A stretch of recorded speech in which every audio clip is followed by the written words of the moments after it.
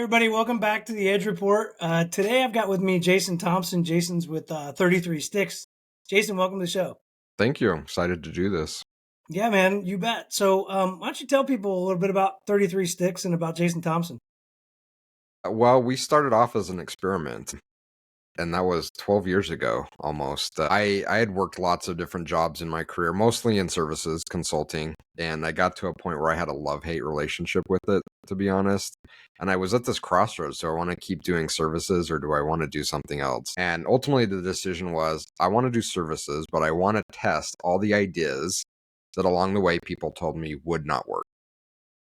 And I was open to being proven wrong that they wouldn't work. I was completely okay with that. But my last job, I had all these ideas on how I wanted to build a team and a consulting organization, and I was told it couldn't work. I'm like, well, how do you know? Like, have we tried this? Well, no, but that's just not how it's done. I'm like, well, I want to try it.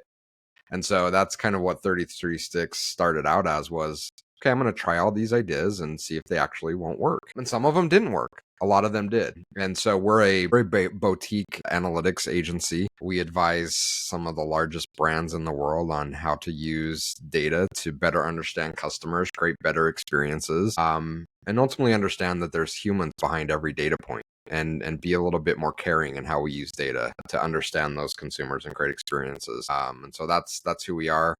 And I started the business with a partner. Thankfully, I have a team that's a lot smarter than me. And so I talk on podcasts and post on LinkedIn, and that's what I do. I love it. Empathetic analytics. You know, the theme for season 2 here at the Edge Report is emergence. I truly believe that we're at a time where we need to be exploring more and using less maps. I like the idea of directions and compasses, not waypoints. You know, I think there's a lot of waypoints, there's a lot of GPS that can get us down the road. But I think we need to go off the beaten path a little bit more, and I think we need to explore more. So I love the concept behind 33 Sticks. And you know, you and I have never actually met before, but we've traded pleasantries on LinkedIn. I'm a fan of your content, and you know, you've posted some things back and forth on mine. So I appreciate what you're doing. And you're in Utah, right? Is that right? I am. Yeah, I'm in the Salt Lake City area. Yeah. So this week you posted, we'll just jump into, first of all, bridging data and humanity is what your little tag is, which I love. You posted this week about, I'll just read it. I've worked for lots of organizations over the years who saw analytics as their superpower, from scrappy startups like Dollar Shave Club to global giants like Disney. And I think what I found is that for these companies, their real advantage wasn't necessarily in the data itself, but in how they viewed and positioned their analytics practice as a learning engine and not a reporting function. Let's triple click on that for a minute. Yeah, there's a lot of words there. What does it actually mean? Yeah, the analytics practice as a learning engine and not a reporting function. I guess we can start there.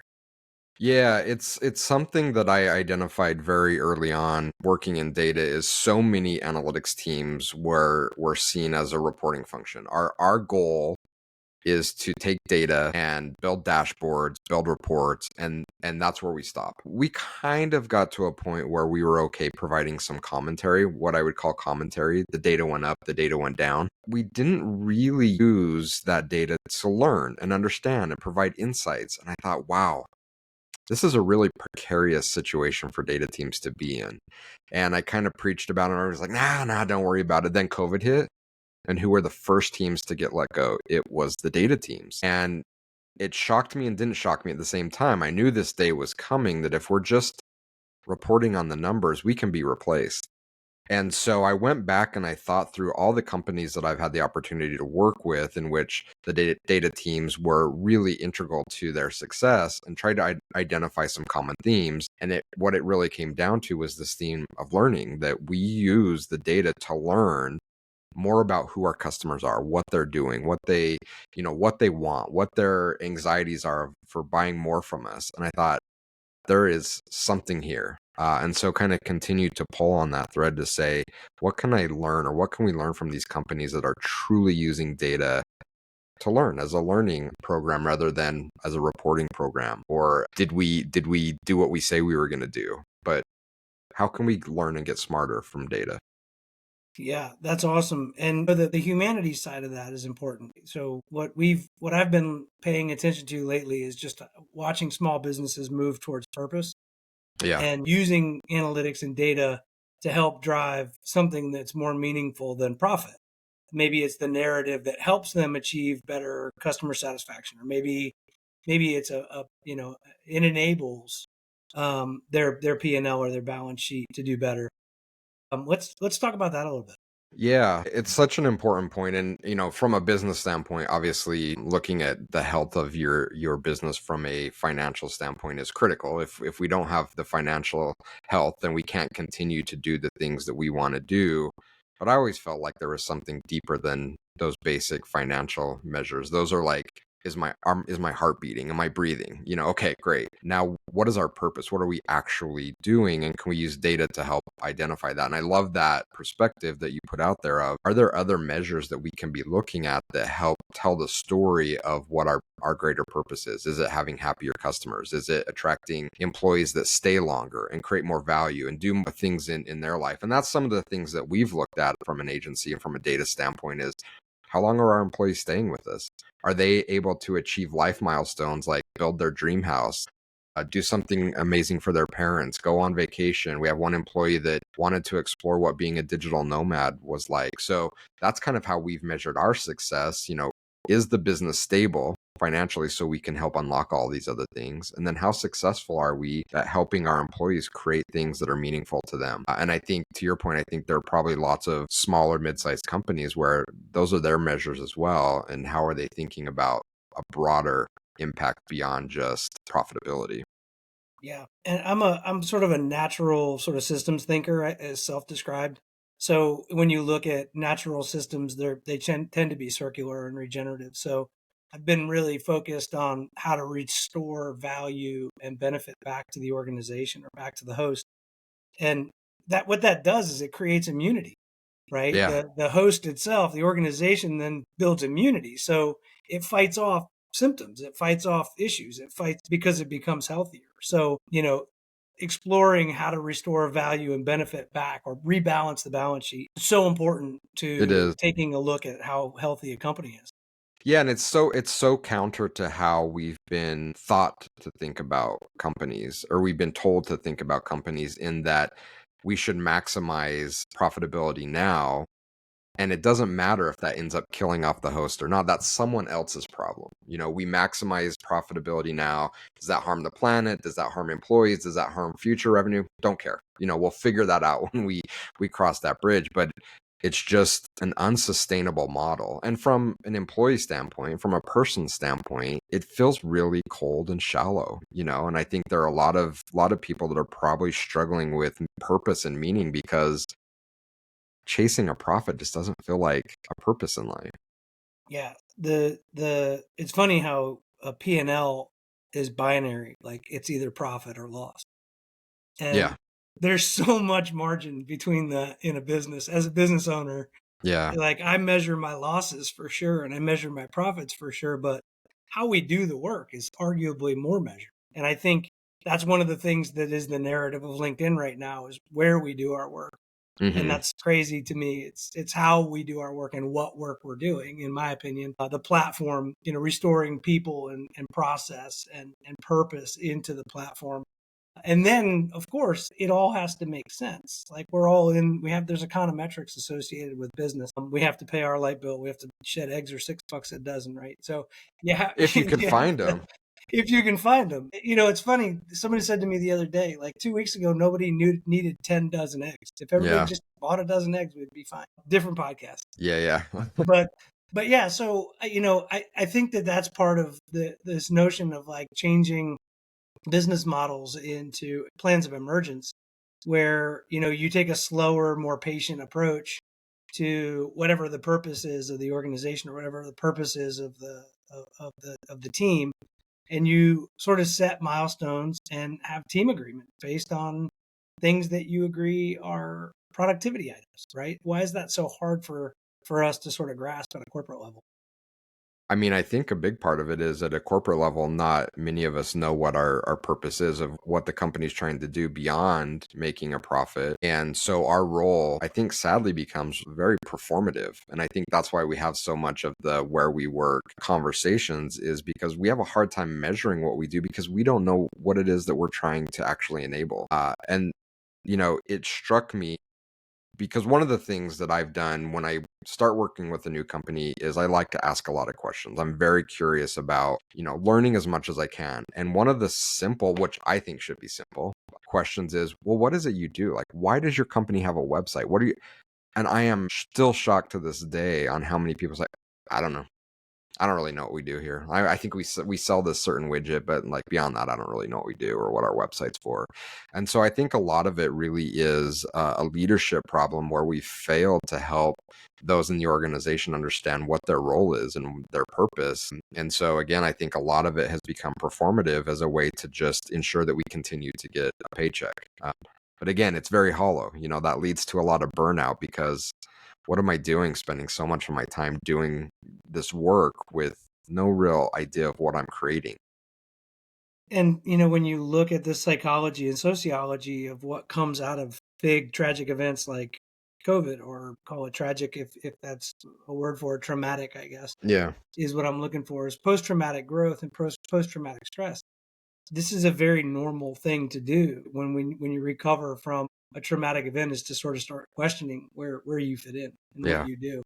And I think that the collective workforce that has had a moment to take a breath has asked that question. Remember, this is the third cycle. We had the great resignation, then we had the great reshuffle, right? And now it's like sort of the great repurpose Yeah. is what it feels like to me. And the conversation is happening on the fringes of where people are staying. Like, what's left to observe is only what you can see if you're still there. Most people in these forward thinking organizations, they've either found purpose in going to a smaller organization or something more meaningful, or they've left and they're looking for their next. So we're very much in a transformative sort of post-traumatic growth stage, I think, especially here in the United States. And I think that we've got sort of this impasse of legacy systems that were extractive, and then emergent systems that are more circular and creative coming into the world at the same time. So it's like an ebb tide, it feels like. Yeah, it's certainly a very interesting time, and I agree. It's forced so many people to think about like, what are we doing? Why are we spending so much time doing this? And I think it's led to a lot of people coming to the conclusion of we don't know. We have questions like, why am I doing this? Why am I putting so much time and energy into this? And we're in this phase where we continue to see mass layoffs in tech, and we've kind of heard the common theme of, well, underperformers, or people are checked out, or they're not really working as hard as they should. And I wonder how much of that is an individual employee problem and how much of that, again, is a leadership problem, in that these aren't necessarily people that don't want to work hard, that don't want to be fully invested, but they haven't been given a reason or an understanding of why. It's they're asked to kind of churn out these widgets, but they've never had the time invested in them to help them understand the greater purpose that they're solving for in their role, to give them something to be passionate about, to give them something to be checked in about. At a time too when we've got emergent technology that's as disruptive as it's ever been, right? General purpose technology, in my opinion, continues to change the game. So you have this sort of disorientation. So when you're disoriented in your workforce and you can't seem to find, you can't even observe the orientation, it's very hard to make decisions or take action on anything. And everything, this wave of AI conversation, you've been in technology a long time, I've been in technology a long time. It's not new, but it's very right now.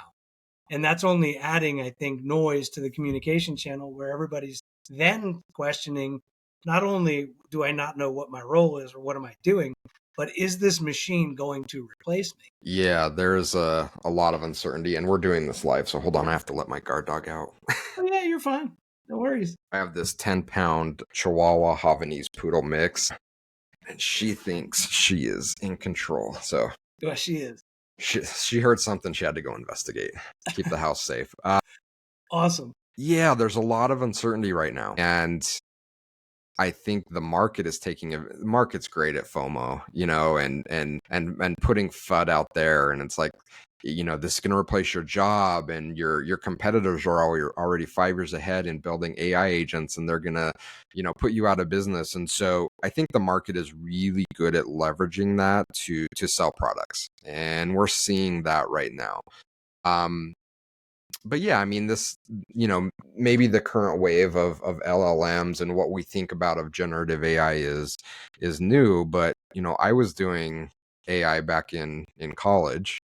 I was in graduate school building an expert system with AI to diagnose disease in plants. And I'm like, this is nothing new, but we've put this new face on it, and it's created all this uncertainty in the market. And from an employee perspective, when there's fear, what do? A lot of it becomes very defensive. Again, performative. We got to make sure that it looks like we're adding value. But ultimately, I think all of those things fail because we don't focus on what we should be doing, and that is actually adding value and creating value. And so how do we do that and navigate through this hype cycle? I don't know. I think it's very difficult.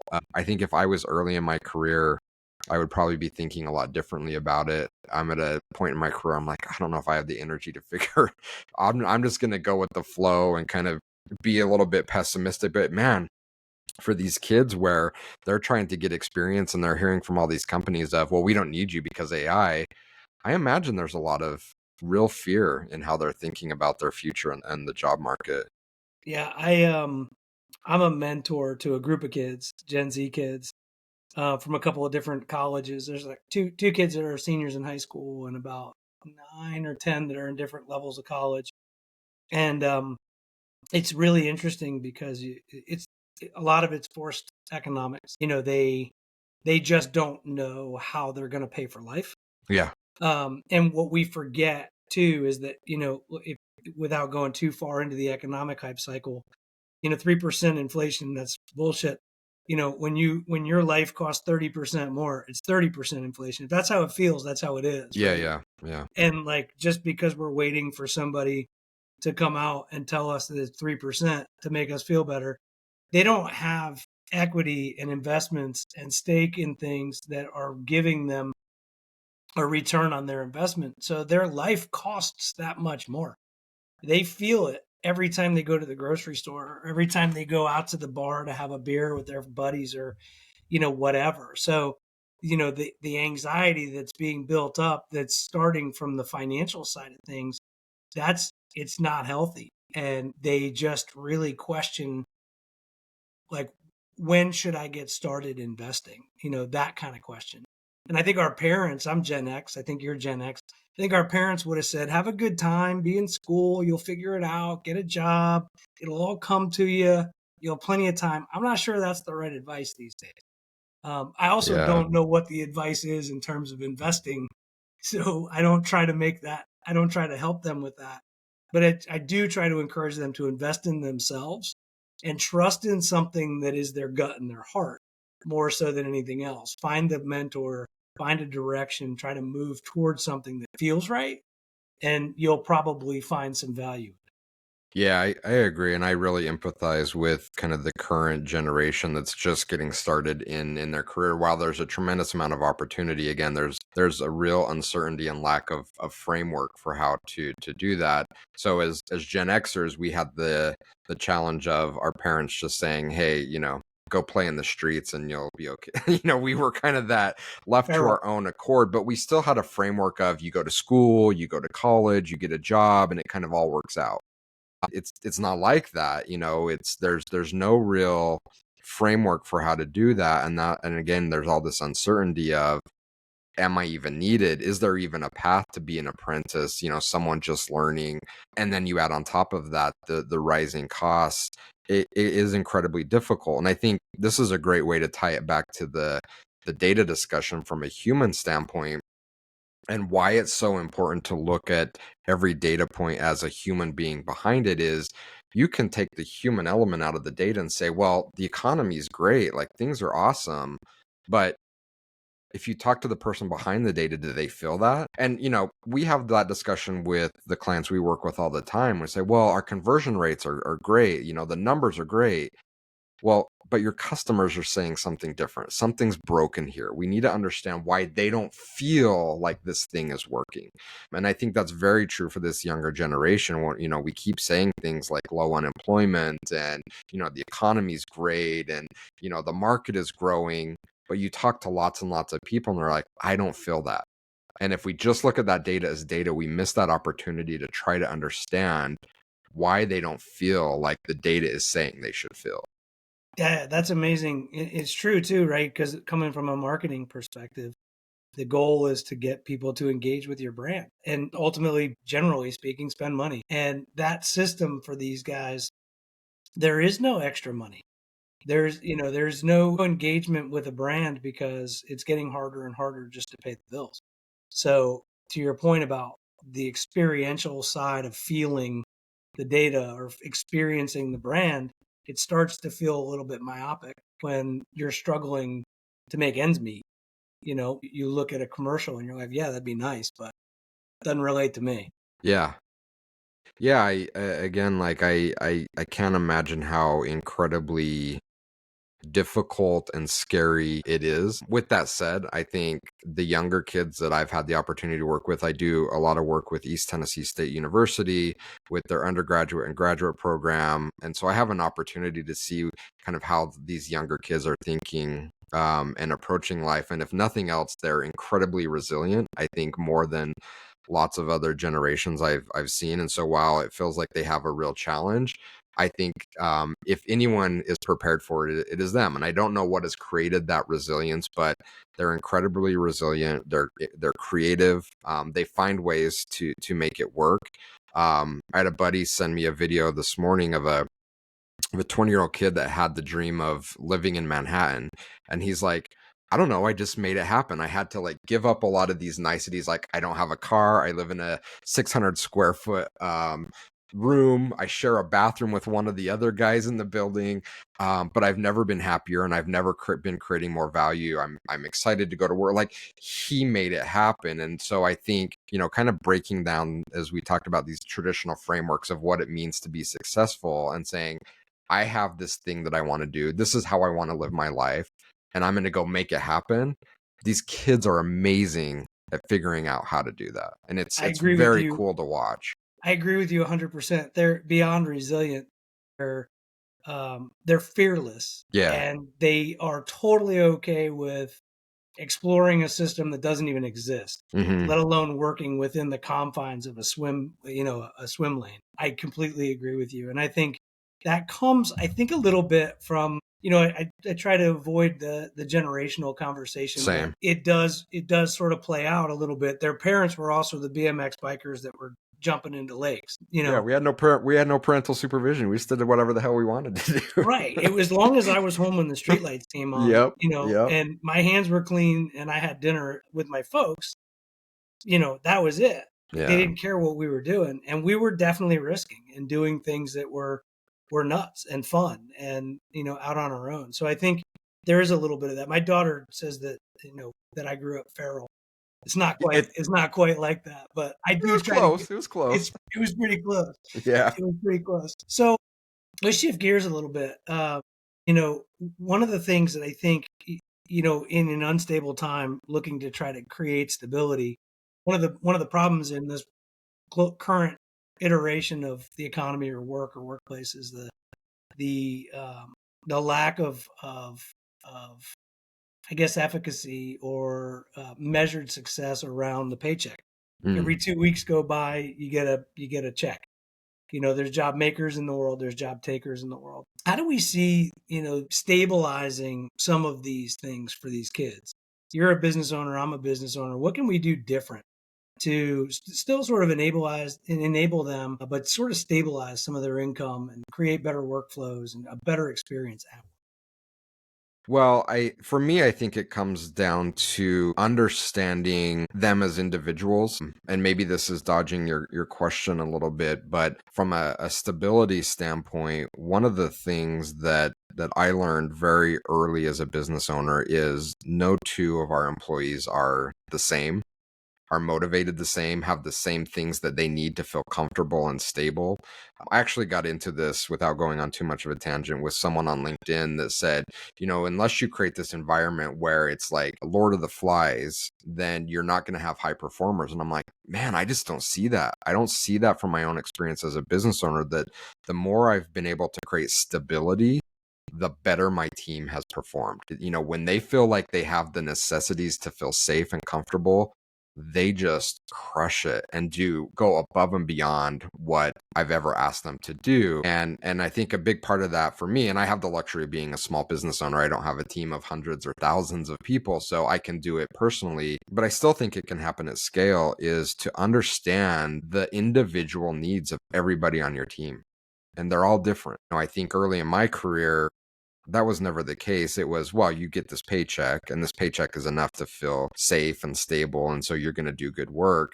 The reality is that that's just part of a larger equation that we need to think through on what everybody in the organization needs to feel safe and stable so that they can do their best work. And the only way you can do that is invest at the human level and understand each person as a human and what they need to feel that level of safety and security. Yeah, I agree. And that's been a lot of my focus on my sort of what I'm calling my life work now. My purpose is pathway communities, trying to help stabilize the things that are unstable right now, like rent and utilities. And doing that by building better communities and, creating consensus mechanisms and democratized decision making and tying it back to food, how important that whole system is, digital equity, financial acuity, food systems. Those things are, you can stabilize a lot by building the right community and by sort of sharing some of the burden and sharing some of the virtue of that community back and forth without getting too woo woo. No, and I agree. And again, I wonder, how much of that is based on putting in the time to not only empathize, but understand where people are in their life to be able to answer some of those questions. I think on the extremes, we see that from some of our politicians, from some of the CEOs of larger brands. Not only do they not empathize, they have no clue what it's like to be a 22-year-old kid in the workforce. And so a lot of the policies and things that they're talking about, they're saying, well, this isn't a big deal. It's like, well, to you, and you make $5 million a year and you have 3 homes and you have this, but it doesn't feel like that to them. And so, how can you even be making decisions to build better communities, to build these kind of safeguards if you literally have no idea what it feels like to be in their shoes right now?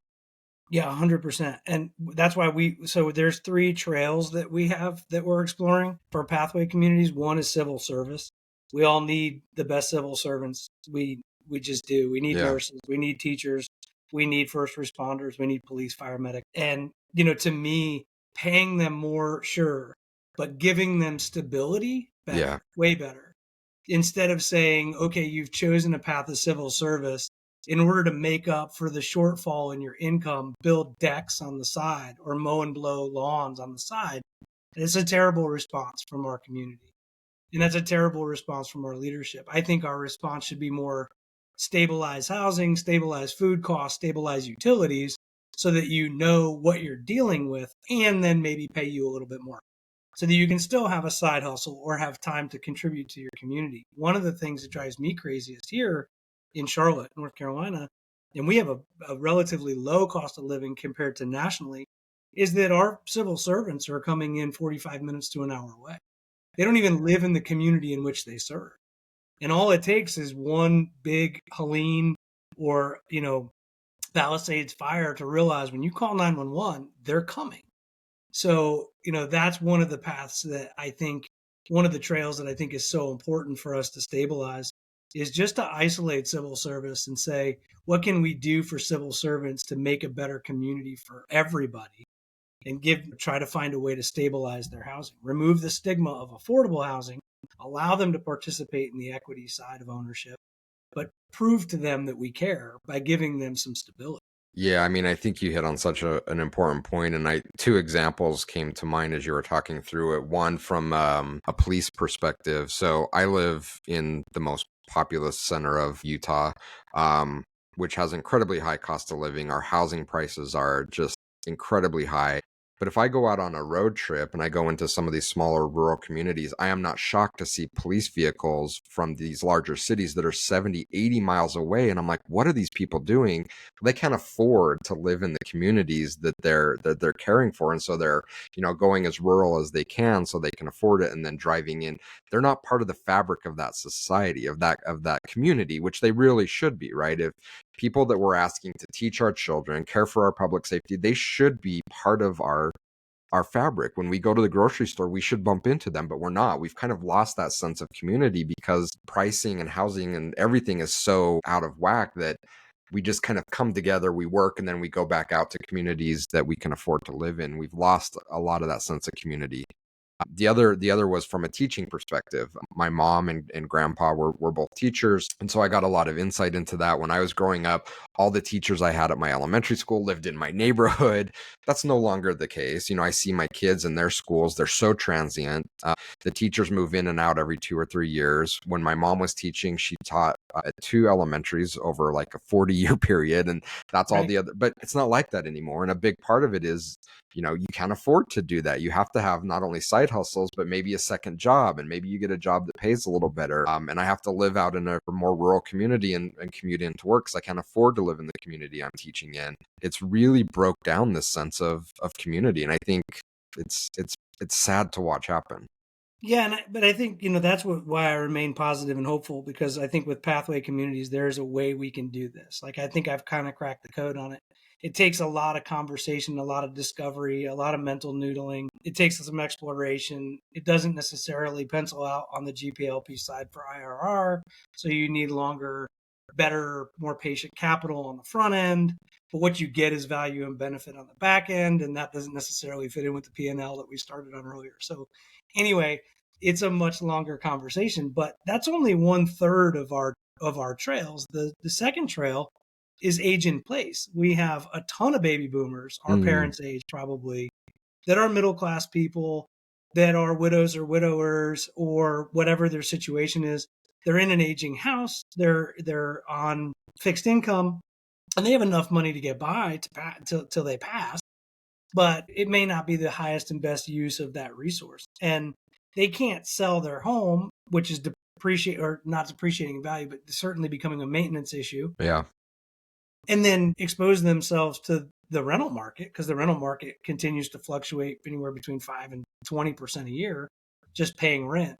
So where do those folks go that are sort of middle class, not really the retirement community type, certainly not ready for Medicare and Medicaid, don't need services? The only place that they have to go right now in terms of product is the rental community. Hmm. So age in place is another one of those trails, because the taxpayer dollar that goes into Medicare and Medicaid assisted living, it's not 6,000, shouldn't be $6,000 a month to have my mom still able-bodied living in a community. So that's a second trail. Yeah. Do you see any of that in Utah, or is it? For No, for sure. And it's very expensive. And again, whether it's a community that's not full assistance or downsizing, like they don't have a path to be able to do that. And exposure to the rental market where you have no idea what you're getting into. And a lot of them, their houses are paid for, but they can no longer afford to maintain it. It's too big, it's too much. Now I go into a rental market where I'm getting something smaller, not as nice, and the prices are just exponentially higher. Or as I've seen with some of my older family members, they go into a community where it's not like full care, but it's designed to be a little bit more of a transition, but it's $5,000-6,000 a month, and it's like they can't afford to pay this. So what do you do? Yeah, I mean that's again, that's part of our pathway community, is to create a pathway to transition. For civil servants, it's not fixed income to a point where it's like a co-op where you live there for 25 years and live off of fixed rent. It's a progression. The goal is that you start in maybe a 500 square foot studio, and then you progress to a 750 square foot town, 2 bedroom, and maybe there's a 1,200 square foot or 1,500 square foot studio patio home. And by the end of that 10 years, if you're a civil servant, you start at 20, maybe you've got 100 grand saved up.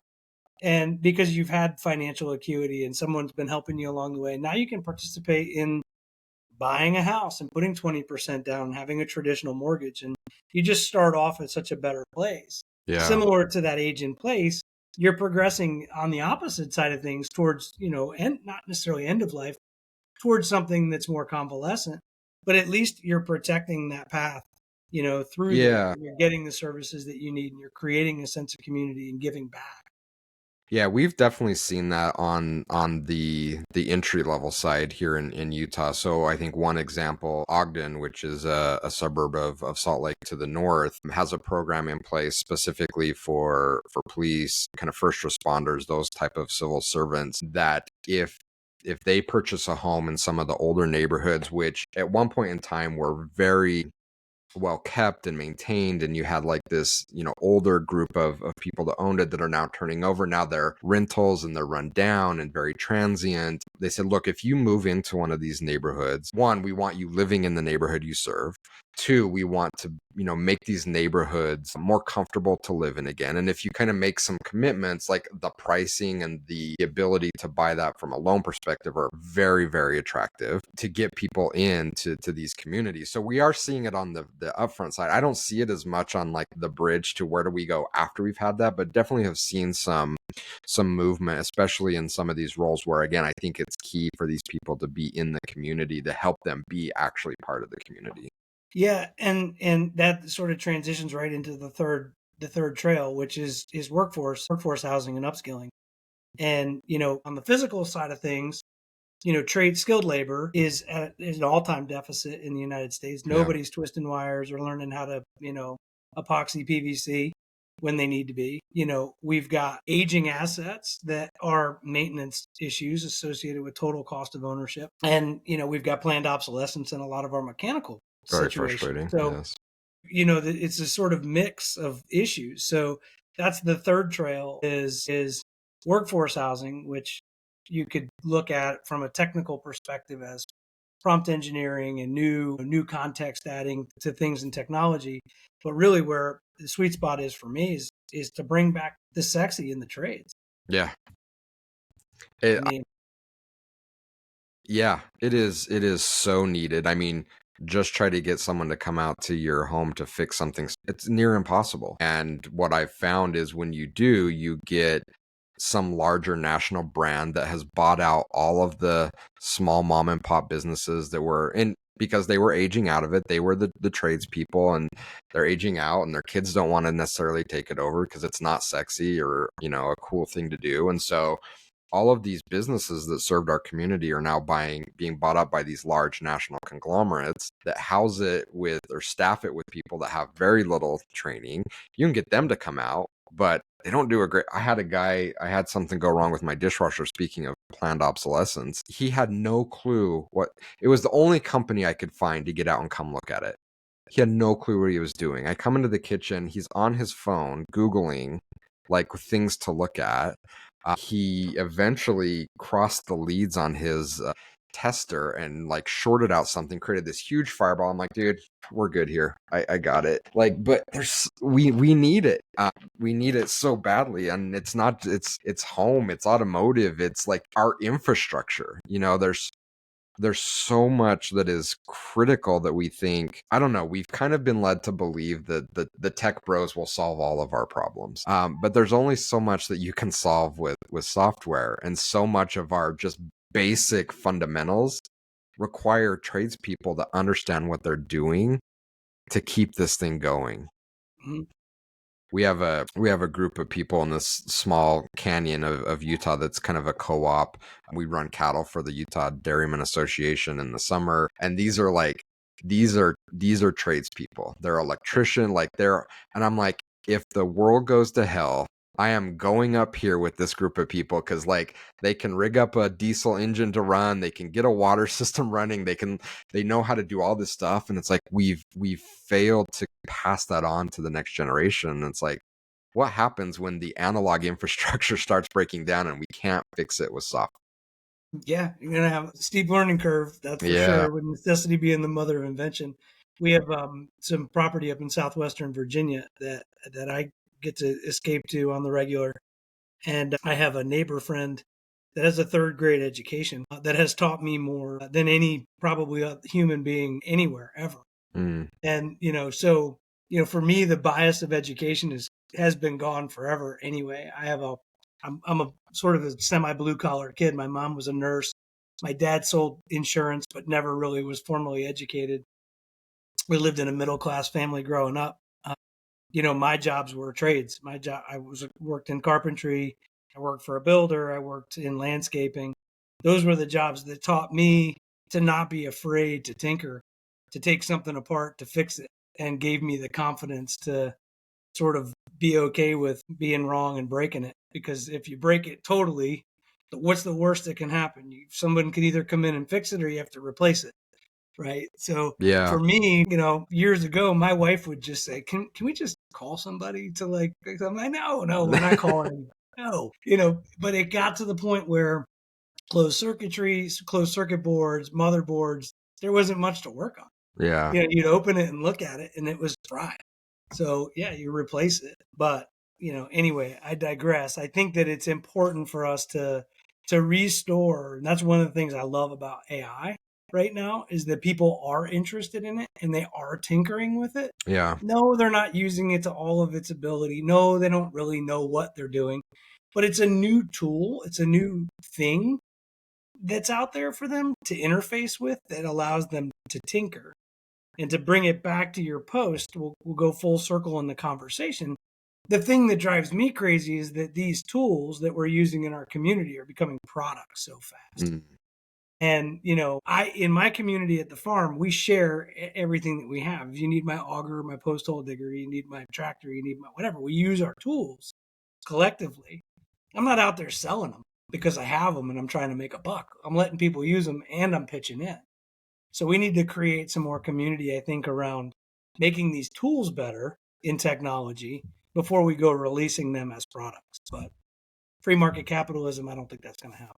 Yeah, I mean, I couldn't agree more. But I think we're in a hype cycle, and I think it's human nature to take advantage of that. And yeah, we see that where it's all kind of too quickly going to market as this thing that we can make as much as we can and ultimately commoditize. But I love the concept of and the importance of being a tinkerer and being able to use these tools to explore and create things that are meaningful. I think from my perspective, when I was younger, I was lucky enough to have an old new at the time, Apple computer. And back when we had the floppy disks and we discovered when you hole punched it, you could double the storage size and, playing around in BASIC and tinkering with things.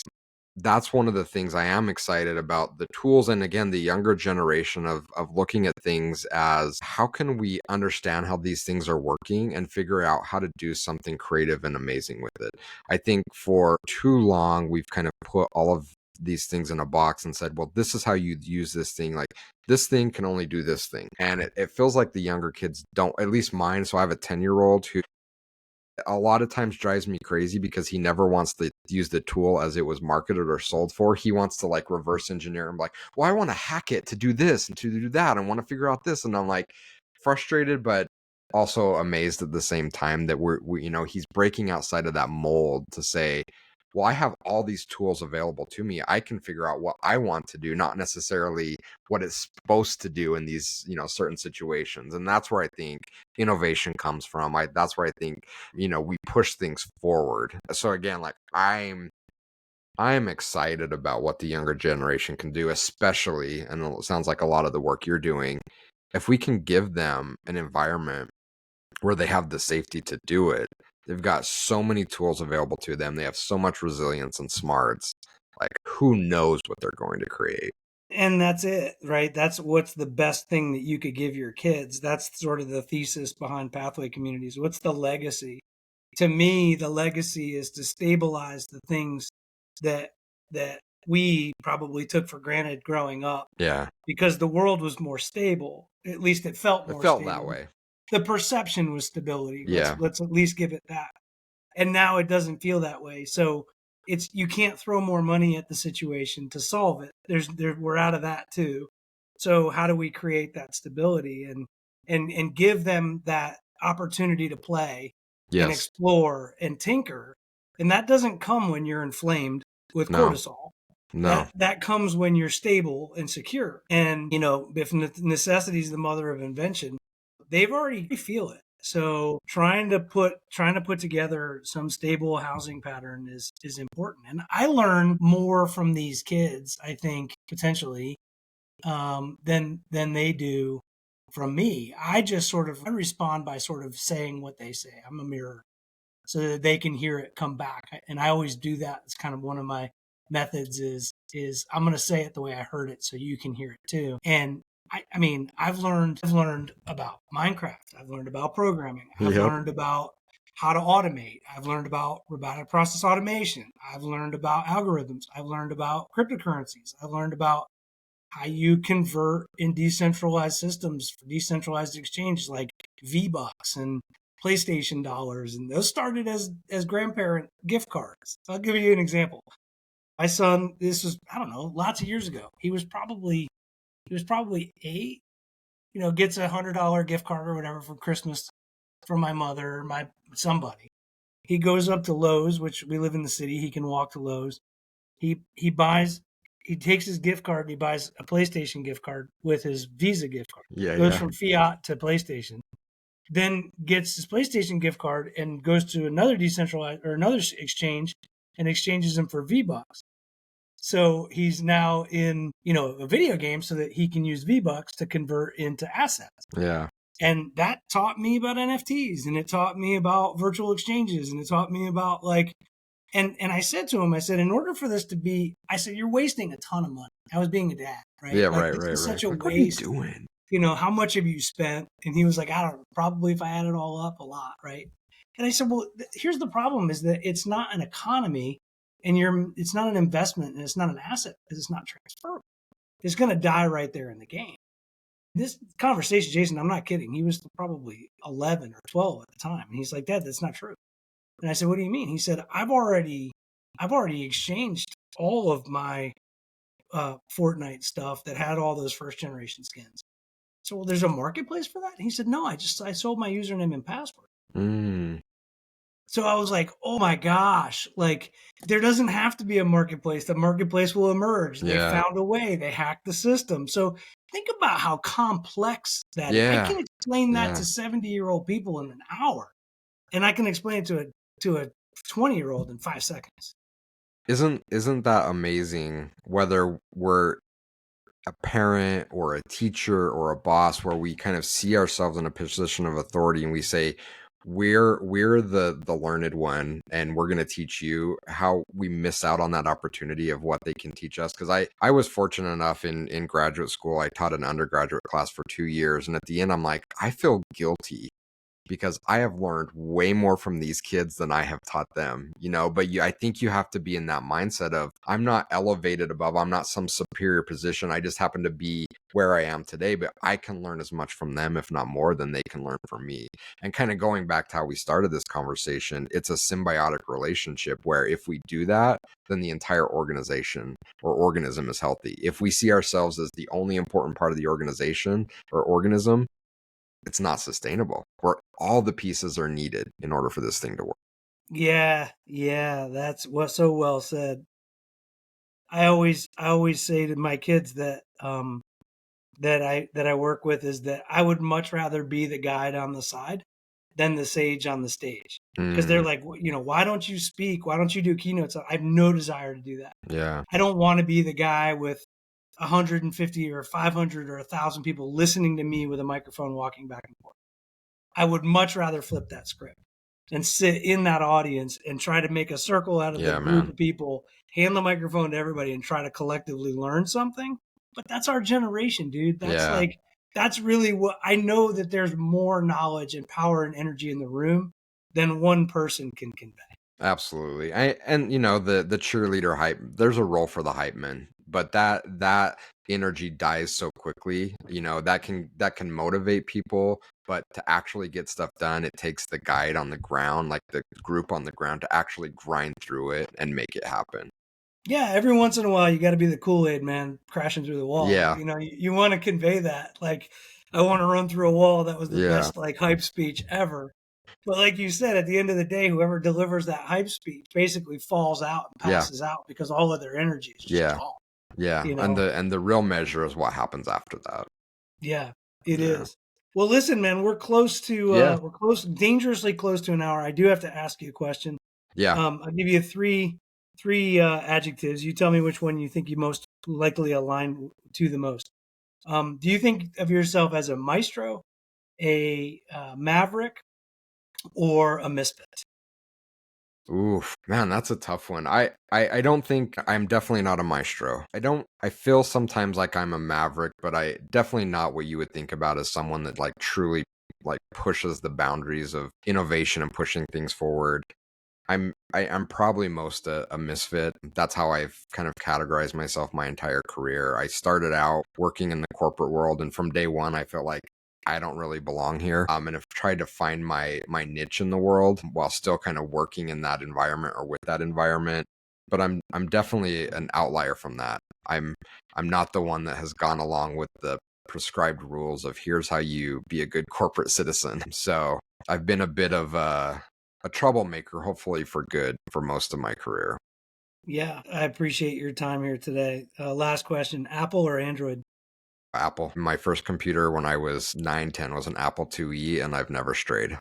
Yeah, I knew you were going to say that because you already mentioned the Apple. So, well, Jason, listen, man, keep doing what you're doing, keep grinding. Thank you for sharing the space with me for an hour. This was a great convo, and I got a lot of respect for what you're doing out there at 33 Sticks, and hopefully, I can be of service at some point. How can people get in touch with you if they're interested? You got a LinkedIn profile, right? Yeah, I'll put that in the show yeah, notes. find me Any on other way? LinkedIn. You can go to my hippieceo.com website is my personal website. I post some thoughts. There's a contact form if you want to book time with me. I have free office hours every Friday. So that's either the website or I'm on LinkedIn every day. So easy to track down there. Awesome. All the good people give their time away. I appreciate that for sure. Someone So, did it for me. I got to pay it forward. yeah, man. Well, listen, again, thanks for your sharing the space with us today. And keep on keeping on. Appreciate it.